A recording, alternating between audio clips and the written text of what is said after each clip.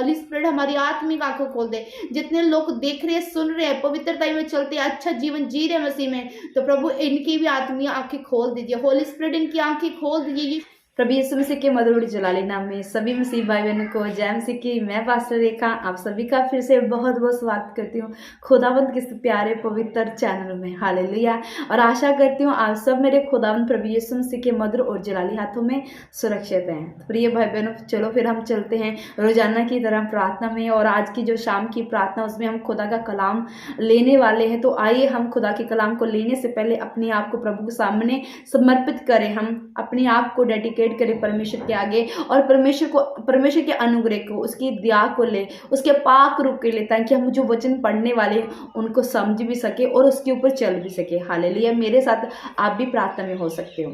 सर्वशक्तिमान, दयावान, दयालु, कृपालु, महान सामर्थी पिता, हम आपका धन्यवाद करते सुंदर समय के लिए जो आपने हमें दिया खुदावंत। आपने दिन भर हमें संभाला है खुदा। अब ये शाम दी है, अब जो आने वाली रात वो आपने दी है खुदावंत। धन्यवाद करते हैं पिता परमेश्वर। आज तेरे कलाम को हम लेने वाले हैं खुदावंत। तो पिता जितना कलाम हम पढ़ें खुदा, हमारे जीवन में प्रभु 30 नहीं 60 नहीं बल्कि 100 गुना फलों को लेके आए खुदा। इन फलों के द्वारा प्रभु परमेश्वर हम सेम न रहे पिता परमेश्वर। इन फलों को देखकर खुदावंत लोग खुदावंत हमारी जब देखें तो खुदा तेरी महिमा वो करे मेरे सामर्थ्य परमेश्वर खुदा।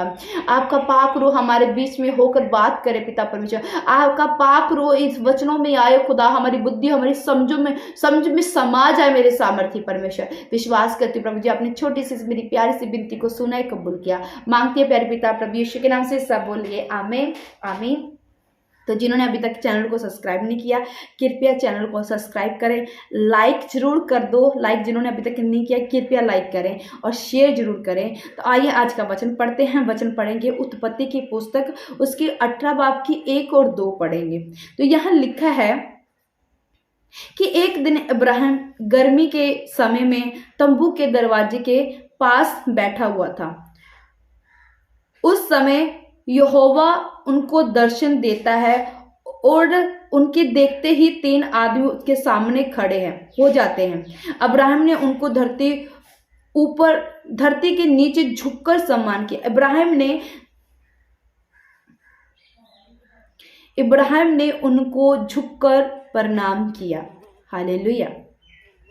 प्रिय भाई बहनों, जैसे कि कलाम कहता है कि गर्मी का समय था और इब्राहिम अपने तंबू के मतलब जैसे हम कहते हैं ना अपने दरवाजे के पास वहाँ बैठे, हमें गर्मी लगे तो हम बैठ जाते हैं। तो इब्राहिम भी बैठा हुआ था गर्मी। तो क्या देखता है कि स्वर्गदूत आते हैं, परमेश्वर आते हैं और स्वर्गदूत आते हैं। और इब्राहिम दंडवत करता है, प्रणाम करता है, क्योंकि इब्राहिम देखता है कि ये स्वर्गदूत है और परमेश्वर खुद आए हैं। और इब्राहिम जल्दी जल्दी सब आव भक्त करनी शुरू कर देता है। अपनी वाइफ को बोलता है कि अच्छा अच्छा पकवान बनाए, वो अच्छा मीट लेके आता है, अच्छी रोटी बनाता है, प्रभु के लिए सेवा करता है। पर वो कैसे कर पाता है, कैसे उसे मालूम होता है कि ये परमेश्वर है और ये दूत है, कैसे? प्रिय भाई बहनों, वचन में अगर हम जाते तो वचन में लिखा है कि 75 साल की उम्र में परमेश्वर ने उसको आशीष दी थी कि तेरा रेत के तिनकों के समान वंश होगा, तारों के समान तेरा वंश होगा। तो इतनी ब्लेसिंग होने के बाद अभी तक जब वो 99 साल का था, अभी तक ब्लेसिंग उसके पास नहीं आई थी, कोई बेबी नहीं था। पर क्या हुआ, जब वो 99 वर्ष में शामिल होता है तो क्या होता है कि परमेश्वर फिर से उसे कहता है इब्राहिम मेरी उपस्थिति में चलता जा और सिद्ध होता जा। मतलब इतना 75 से लेकर 99 साल तक अभी तक भी इब्राहिम के जीवन में कोई ना कोई कमियां थी, जिसके कारण इब्राहिम को जो परमेश्वर उसके लिए भविष्यवाणी की थी वो पूरी नहीं हो पा रही थी, क्योंकि इब्राहिम के जीवन में अभी कमी थी। और जब वो 99 साल में आके परमेश्वर से बात करता है और इब्राहिम उस बात को समझता है कि अभी भी मेरे जीवन में कमियां, और उस कमियों के ऊपर वो काम करता है, वर्क करता है, तो क्या होता है कि उसे खुद ब खुद परमेश्वर और स्वर्गदूत आ जाते हैं उसके घर में। और वो कैसे देख पाया, क्योंकि उसकी आत्मिक आंखें खुल गई इब्राहिम की। जब वो 99 वर्ष में उसने काम किया, कमियों को निकाला, तो उसकी आत्मिक आंखें खुली। वो अब देख पा रहा था स्वर्गदूतों को। हो सकता है पहले भी स्वर्गदूत उसे मिलने आए थे, बट पहले भी स्वर्गदूत उसे मिलने आए थे, तब वो ना पहचानता होगा उनको। बट इस वक्त जब स्वर्गदूत आए उसने उसको पहचाना। कैसे? आत्मिक आंखों खुलने के कारण। प्रिय भाई बहन, जब आत्मिक उसकी आंखें खुली, उसने पहचाना दूतों को, उसकी सेवा भक्त की और परमेश्वर ने उसे वंश की आशीष दी और कहा कि इसी साल बेबी के साथ ब्लेस होगा। ये कैसे हुआ? आत्मिक आंखें खुलने के कारण। इसलिए प्रिय भाई बहनों, अगर आपकी आंखें आत्मिक नहीं खुली अभी तक, इसका मतलब अभी भी आपके जीवन में कमियां हैं, अभी भी कुछ ना कुछ घटियां हैं जिसे आपने दूर करना है, कमियों को निकालना, ताकि आपकी आत्मिक आंखें खुल सके। अगर आत्मिक आंखें नहीं खुलेगी, आप दर्शन को नहीं देख पाएंगे, आप प्रभु के विल के ऊपर नहीं चल पाएंगे, अब प्रभु ने आपके लिए जो रखा आप उसे नहीं ले पाओगे जब तक आपकी आत्मिक आंखें नहीं खुलेगी। आत्मिक आंखें खुलनी जरूरी है मसीह मेरे भाई बहनों। इसलिए आत्मिक आंखों को खोलिए, वर्क कीजिए, ढूंढिए। जैसे अब्राहम को लगा कि हाँ, मैं इतना मतलब प्रार्थना करने वाला था, पवित्र रहने वाला, फिर भी अभी भी कमियां थी, तो परमेश्वर ने उसे कमी को निकालने के लिए कहा।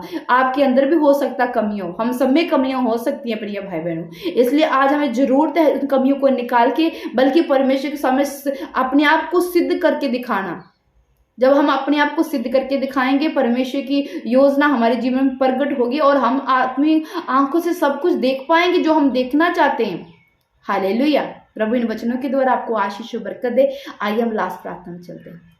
सर्वशक्तिमान पिता परमेश्वर, जैसे कि तेरे कलाम में हमने उत्पत्ति 18 उसकी 1 और 2 में देखा कि पिता परमेश्वर इब्राहिम की जब आंखें आत्मिक खुल गई तो प्रभु उन्होंने अब्राहम ने आपको और स्वर्गदूतों को देखा। खुदावंद पिता परमेश्वर, अगर अब्राहम की आत्मिक आंखें ना खुली होती तो शायद प्रभु वो आपको देख ना पाता, आपको पहचान ना पाता मेरे पिता परमेश्वर।